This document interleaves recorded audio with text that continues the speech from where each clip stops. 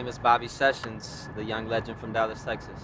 Yeah, so I'm born and raised in Dallas, originally from Pleasant Grove. A lot of time in Pleasant Grove in South Dallas and Rowlett, Texas as well. And I started making music at the University of North Texas.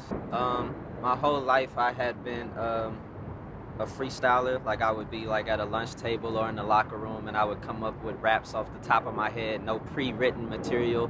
But I didn't have the self-image of a rapper at that time. I was heavy into sports. I played football, basketball, and track. So after I got done with school, I still had a very competitive itch, and I still had that creative itch, and rap was a place where I can put those two desires together, the competition and the art. And that's how I started rapping. As far as the decision, me making the decision to pursue music as a career, that was just an internal decision I feel between me and the universe that this was my calling and this is what I was supposed to do.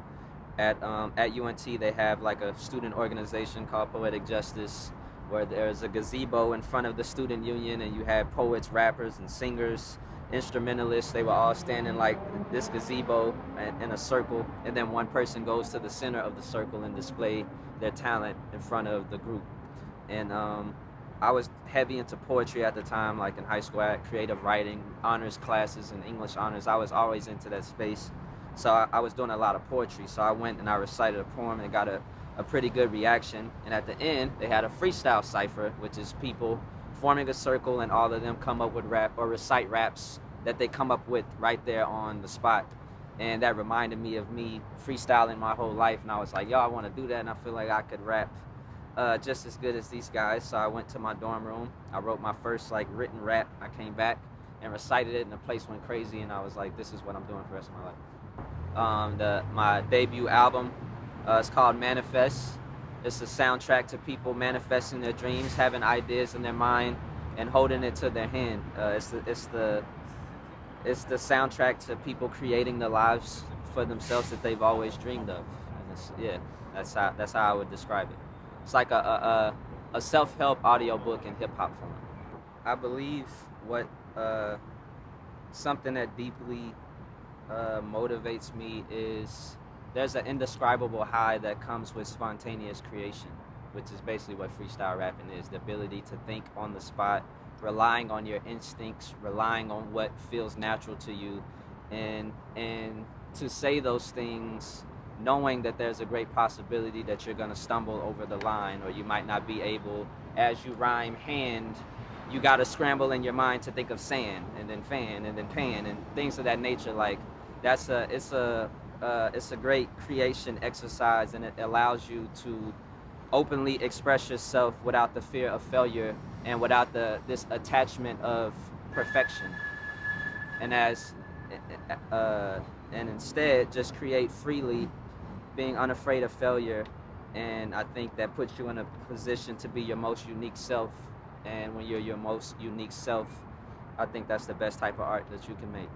My advice for up and coming artists, regardless of the medium that they express their art, would be a few things. Number one, it's always good to make the art for the art. So what I mean by that is there's a lot of people that get into the art space and their why behind it has less to do with the creation and more with some desired outcome, whether that's monetary or things of that nature.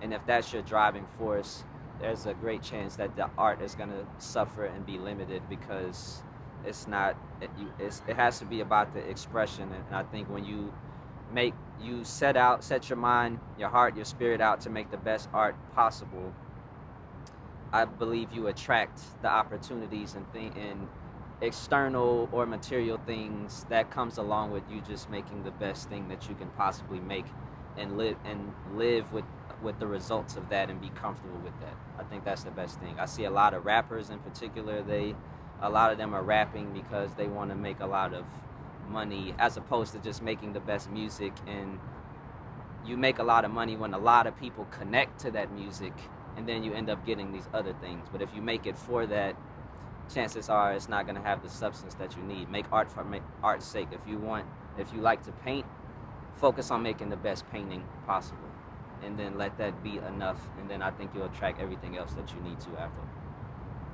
something I would want to leave all of the creatives out there, particularly the ones here in Dallas.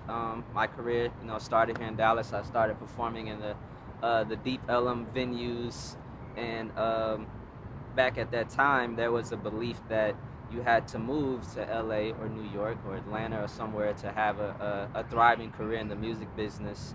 And we want to continue to set the example that myth is just not valid.